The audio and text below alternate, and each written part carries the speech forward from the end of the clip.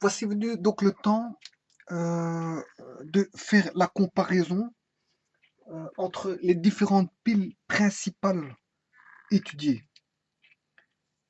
Donc on a étudié les piles, si ce n'est que je ne vais pas reprendre la pile Volta, hein. Je reprends donc la pile Leclanché. Voilà. On a étudié la pile Leclanché qui était une pile à base de sel. Hein, sel à base plutôt fortement, enfin faiblement acide. Faiblement acide. On a étudié donc les piles contenant donc une base, une fonction basique de base avec du OH. Et cette pile, c'est ce qu'on a dénommé la pile alcaline. Ensuite, on a étudié par après les piles alcalines, on a étudié la pile bouton ou les piles boutons pour enfin terminer par la dernière pile qu'on a vue, qu'on a étudiée. Donc en fait, c'est la pile au lithium. Au lithium. Bon, si on se rappelle, la pile Leclanché, à l'anode, c'était du zinc. On avait dit que pour les piles alcalines, c'était aussi du zinc, qui était fortement échangeur d'électrons. Pour la pile bouton, c'était aussi du zinc. Donc autant dire que pour ces trois types de piles-là, on avait tous les trois du zinc. Bon, mais pour les piles au lithium, vous avez compris que l'anode, c'est du lithium. Au niveau de la cathode, les piles Leclanché, bon, il y avait deux constituants. Hein, si on se rappelle bien, c'était du dioxyde de manganèse, mais on avait aussi une électrode en carbone. Pour la pile alcaline, bon, ça ne changeait pas grand-chose. On pouvait prendre du MnO2, du carbone. Pour la pile bouton, on avait de l'oxyde Ag2O ou de l'HGO. Voilà. Pour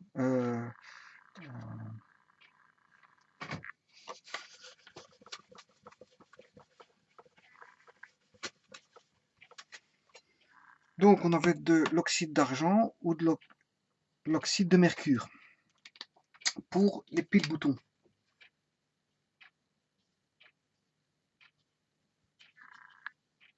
Et enfin, les piles lithium,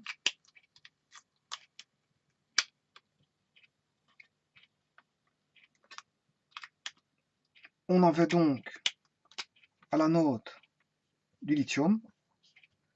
Donc à l'électrode négative, on avait du lithium. On dit électrode négative ou pôle négatif, hein, comme on dit pôle positif ou électrode positive. Bon, ça ne change rien.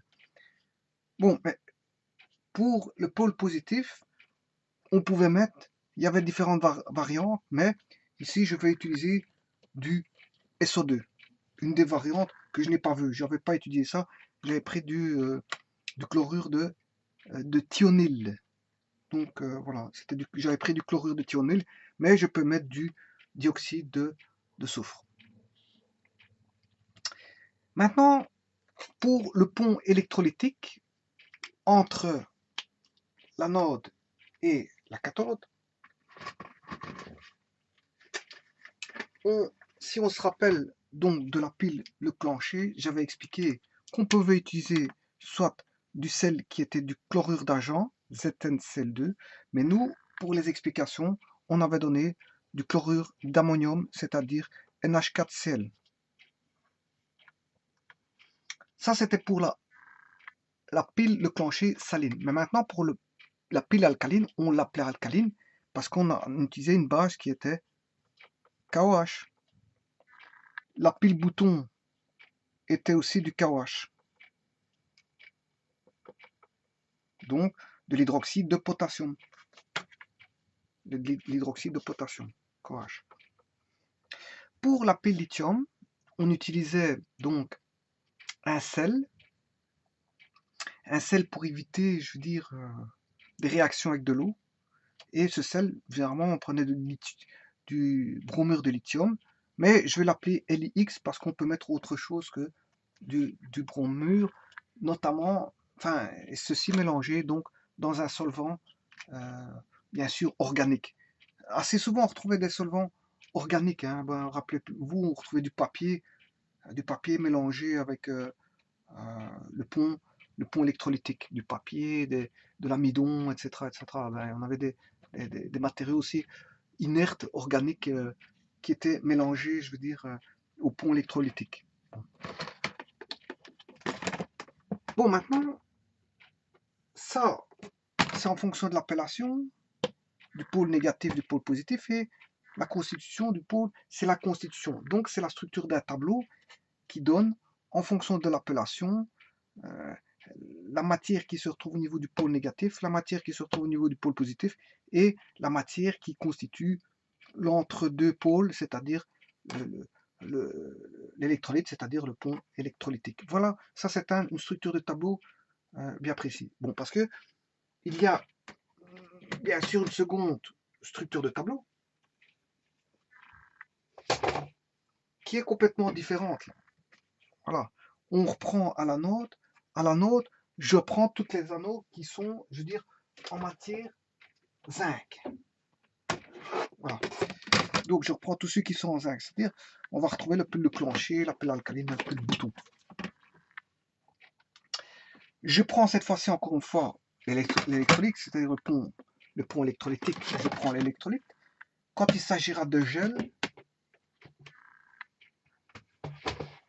le gel, ça peut être donc du chlorure de zinc, ZnCl2, et du, comment est-ce qu'on appelle ça, du NH4Cl, pour la pile de plancher.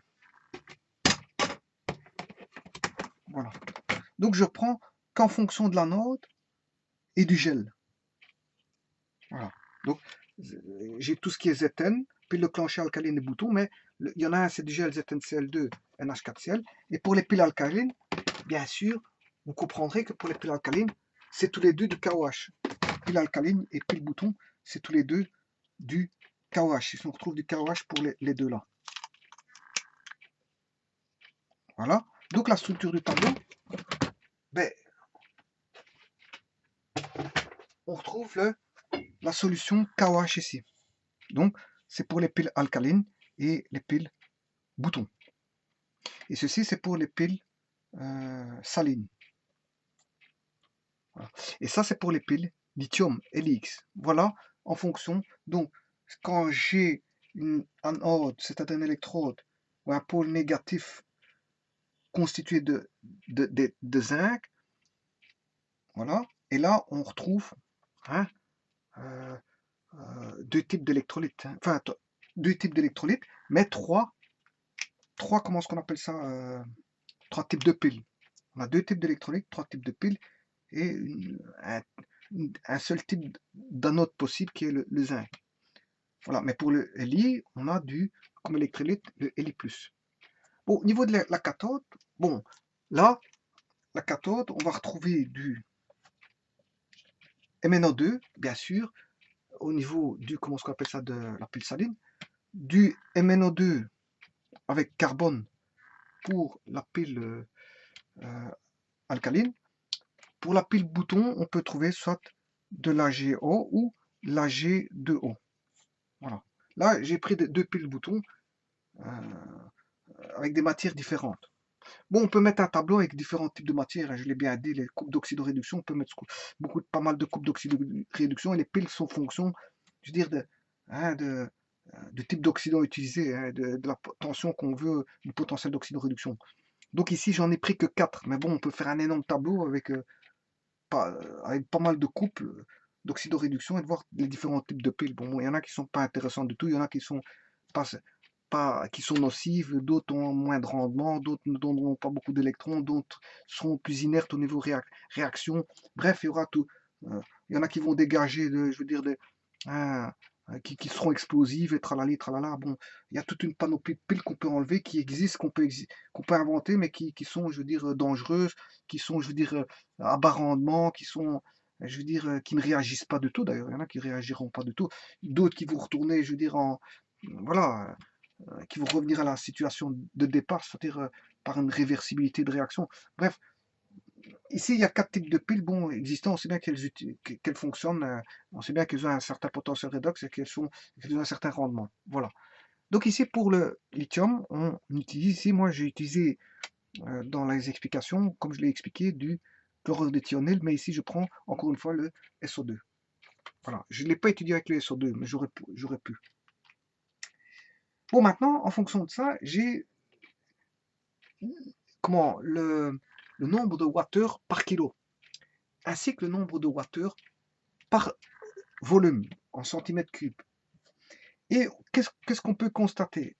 On peut constater, je veux dire, dans ce comparatif qui est fort parlant, que le plus haut rendement au niveau énergétique par unité de masse est la pile au lithium, qui vaut 330 wattheures par kilo.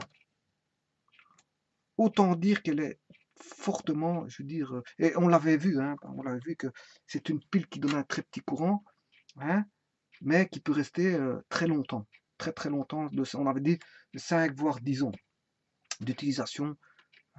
Donc on peut utiliser ces piles-là très longtemps, notamment pour un pacemaker, comme j'avais expliqué. On retrouve ça sur un pacemaker. Bon, alors maintenant, voyons voir le nombre de wattheures en volume cette fois-ci. Qu'est-ce qu'on remarque? Ici, on a 0,55 wattheures par centimètre cube et que là, on a 0,53. Donc, autant dire que c'est la pile, comment est-ce qu'on appelle ça? La pile bouton à l'oxyde d'argent qui a la meilleure énergie par unité de volume. Voilà. Mais il n'est pas éloigné, il est proche. Juste en dessous, il y en a un qui est très proche. Et de nouveau, on retrouve la pile du lithium. Voilà. Donc, si je prends la meilleure pile qui donne l'énergie, on va dire, par masse, et on peut considérer par volume aussi, est le lithium. Donc, c'est la pile, je veux dire, la plus efficace en termes énergétiques. Voilà.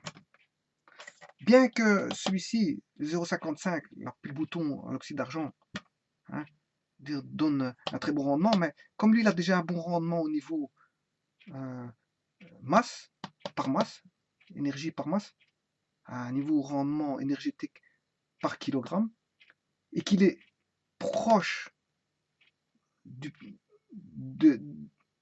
plus grand au niveau rendement énergétique par volume, on peut dire que, on peut inclure que 330 et 0,53 sont les meilleurs rendements énergétiques au niveau masse, effectivement, mais elle peut prendre la place de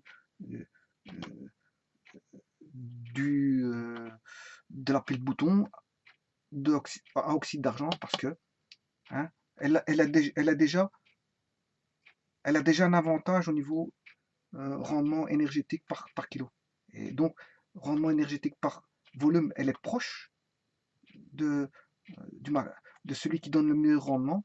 Donc, on peut attribuer à la pile lithium la qualité de meilleur rendement, je veux dire, moyen, que ce soit par kilo ou par volume, même s'il ne l'est pas par volume, mais il est proche du volume le plus d'énergie, de niveau énergétique efficace par volume. Bien qu'il ne l'ait pas, on lui attribue, pourquoi? Parce qu'il a déjà, il est proche déjà du maximum ici, et en fait il a déjà, je veux dire, un wattheure par kilo, je veux dire, le plus grand. Donc en fait c'est la pile lithium qui a le meilleur rendement, je veux dire, au niveau énergétique. Voilà, ça c'est pour la comparaison de toutes les pulls qui ont été vues. Voilà. Je vous remercie.